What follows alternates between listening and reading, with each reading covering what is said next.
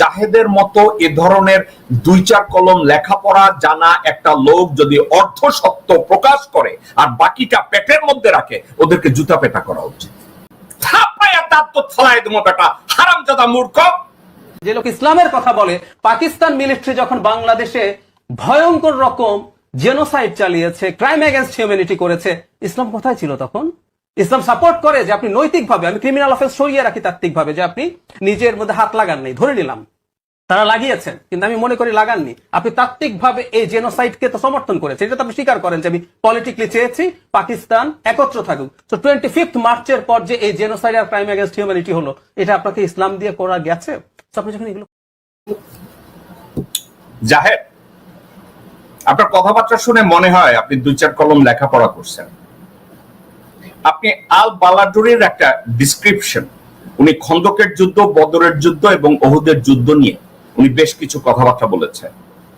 প্রথম কথা আমি আপনাকে সাজেস্ট করব আপনি ওইগুলো একটু ভালো করে পড়েন, এবং পড়ার সময় কিপ ইউর মাইন্ড ওপেন।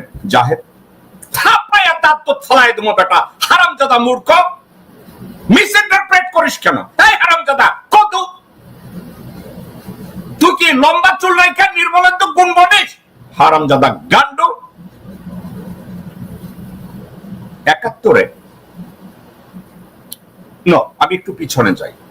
পাকিস্তানের মিলিটারিলি যে কিছু সমস্যা আছে, পাকিস্তানের মিলিটারিরা জন্ম লগ্ন থেকে রাজনৈতিক দল এবং নেতাদেরকে যে একটু ইগনোর করে, তাদের ভিতরে একটা সুপিরিয়রিটি তৈরি করে রেখেছে, আমেরিকা তৈরি করে রেখেছে অথবা ইউরোপিয়ানরা তৈরি করে রেখেছে। এটা কে না জানে? ডাক্তার জাহেদ, তুমি জানো না? নাকি তুমি নতুন লেখাপড়া করছো? নাকি তুমি একা পিএইচডি করছো? ডক্টরেট একটা লাগাইয়া পারো তো একটা বেহালা লইয়া টেলিভিশনে বসো বেটা, হারামজাদা। পাকিস্তানের সেনাবাহিনী, আজকের না, পাকিস্তানের সেনাবাহিনী তাদের পলিটিক্যাল ইনস্টিটিউশনকে সবসময় ডিসরেসপেক্ট করেছে। তারা রাজনীতিবিদদের কথা শুনে নাই। এখন 69-70-এর নির্বাচনের পরেও জামাত পাকিস্তান হবে, পাকিস্তান থাকবে বা পাকিস্তান ভেঙে যাবে, ওই মুহূর্তে জামাতের যে আসন সংখ্যা, ওখানে যে জামাত গিয়ে বলবে আপনারা এটা কইরেন অথবা এটা কইরেন না এবং তাদের কথাকে মূল্যায়ন করা হবে, এমন কোন অ্যাটমসফিয়ার ওখানে ছিল না, নাম্বার 1। নাম্বার 2, যুদ্ধ চলাকালীন সময় ভারত যেখানে ইনস্টিগেট করেছে ভেরি সাকসেসফুলি, যখন একটা ওয়ার হবে এবং এই ওয়ারের টার্গেট হবে পাকিস্তানকে ভেঙে ফেলা। জুলফিকার আলী ভুট্টো সিআইএ ডিক্লাসিফাইড ডকুমেন্টে সরাসরি বলা আছে ইন্দিরা গান্ধী সাকসেসফুলি জুলফিকার আলী ভুট্টোকে কিনে ফেলেছিল। মুজিবকে কিনতে পারে না, কিন্তু ভুট্টোকে কিনে ফেলেছিল। ভুট্টোকে ইন্দিরা গান্ধী বলেছিল তুমি মুজিবের সাথে যত মিটিং এ বসো কোনো অসুবিধা নাই, কিন্তু মুজিবের কোন শর্তে তুমি রাজি হবে না। জাহেদ, তুমি কি এটা পড়ছো নাকি তুমি পড়ো নাই? আজকে জামাত ইসলামের কথা তোমার বললে তুমি কি আধুনিক হয়ে যাবা? তুমি কি দেখাবা যে তুমি এই যুগের মাসিয়া? বেটা হারামজাদা, যুদ্ধকালীন সময় রাজনৈতিক নেতৃবৃন্দ অনেক সময় মিলিটারিলি ইন্টারভিন করতে পারে না। একটা জায়গার দিকে দেখ বেটা, সিন ফেনের নেতা জেরি আদম আইরিশ রিপাবলিকান আর্মির যখন ওখানে ক্যাথলিক এবং ব্যাপটিস্ট ওখানকার খ্রিস্টানদের সাথে যুদ্ধ কন্টিনিউয়াসলি হইতেছিল, আমি নিজে জেরি আদমের সাথে পিজে মোরান নামে একটা রেস্টুরেন্ট, আমি অনেক সময় বলছি didn't have any control over IRA. Gerry Adam আমাকে সরাসরি বলছিল, জেকব, একটা যুদ্ধকালীন সময় ফিল্ড কমান্ডাররা ইউজুয়ালি রাজনীতিবিদদের প্রেসক্রিপশন শুনলেও অনেক ক্ষেত্রে আমাদের কোনো কন্ট্রোল থাকে না। এটা বাস্তবতা। আমাদের মহানবী ছিলেন সর্বকালের সর্বশ্রেষ্ঠ কমান্ডার। উহুদের যুদ্ধে আমাদের নবী সঠিক প্ল্যান করেছিলেন, বলেছিলেন এই জায়গায় অ্যাসাইন তুমি থাকবা, এইখানে তোমার এই ভূমিকা, ওইখানে এই ভূমিকা। কিন্তু যুদ্ধক্ষেত্রে অনেকে তার কথা শুনেছে, অনেকে তার কথা শুনে নাই। রেজাল্ট, উহুদের যুদ্ধে মুসলমানরা হেরেছে। এখন ওখানে আমাদের মহানবীর ফেলিউরকে দায়ী করা যাবে? যাবে না। জামাত ইসলামকে আমি ধোয়া তুলসী পাতা বা এমন কিছু প্রমাণের চেষ্টা করি না, কিন্তু একটা কথা জাহেদ, তোমার ভুললে চলবে না। 1971 সালে পশ্চিম পাকিস্তানি মিলিটারিরা, যেটাকে আমরা অ্যাট্রোসিটিস বলি, ওখানে একটা কথা তুমি কেন ভুলে যাও, বা যারা 71কে পূজা করে তারা কেন ভুলে যায় যে 71-এ যত লোকজনরা মুসলমান নামধারীরা পাকিস্তানের সাথে বেইমানি করেছিল, নিজ ভূখণ্ডের সাথে বেইমানি করেছিল, এবং তারা জানতো যে এই যুদ্ধে বাংলাদেশের স্বাধীনতা বলতে কোনো কিছু নাই, শুধু পাকিস্তানকে ভাঙা ছিল ইন্ডিয়ার উদ্দেশ্য, যার জন্য গত 54 বছরে 7.5 কোটি মানুষ থেকে আজকে 20 কোটি মানুষ সাফারের পর সাফার করে যাচ্ছে।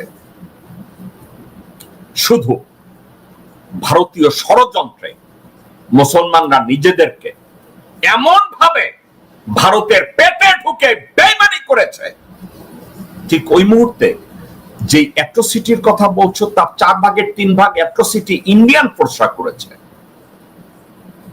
আমি বলি না পাকিস্তানিরা আক্রমণ করে নাই, আমি বলি না পাকিস্তানিরা মারে নাই। আপনারা দেখেন নাই দর্শকবৃন্দ, ইমরান খানের উপরে কতটা অত্যাচার পাকিস্তানি মিলিটারি করছে? আপনারা কি দেখেন না ইমরান খানকে এখনো হাজতে ঢুকায় রাখছে? এখন এজন্য কি আমরা বলবো জামাত ইসলামী দায়ী? তো জাহেদের মতো এ ধরনের 2-4 কলম লেখাপড়া জানা একটা লোক যদি অর্ধ সত্য প্রকাশ করে আর বাকিটা পেটের মধ্যে রাখে, ওদেরকে জুতা পেটা করা উচিত। দর্শকবৃন্দ, একটা বিষয় আমি সব সময় কথা বলি, সে কথাটা হচ্ছে এই,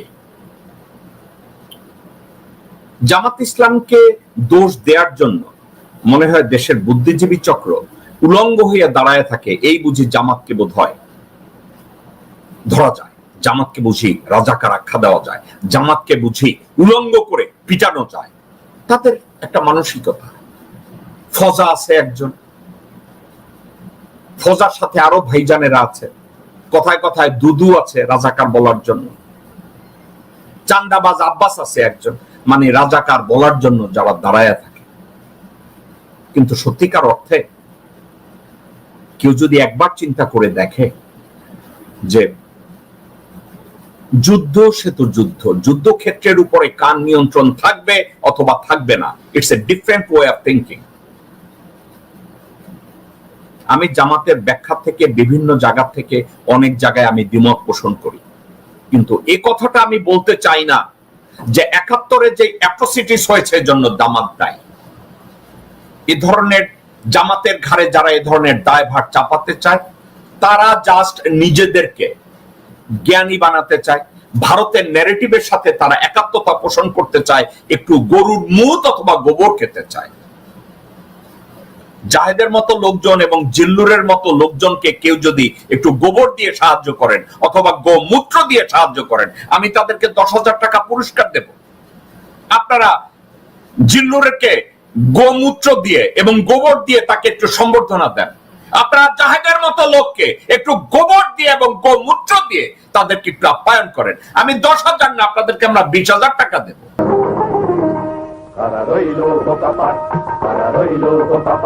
ভেঙে ফেল রেল পাট রক্ত জমাট শিকল পুজোর ভাষণ বেদি, ওরে ও তরুণ নিশান, ওরে ও তরুণ নিশান, বাজে তোর গলায় বিশাল ধ্বংস নিশান, প্রাচীর প্রাচীর ভেদি।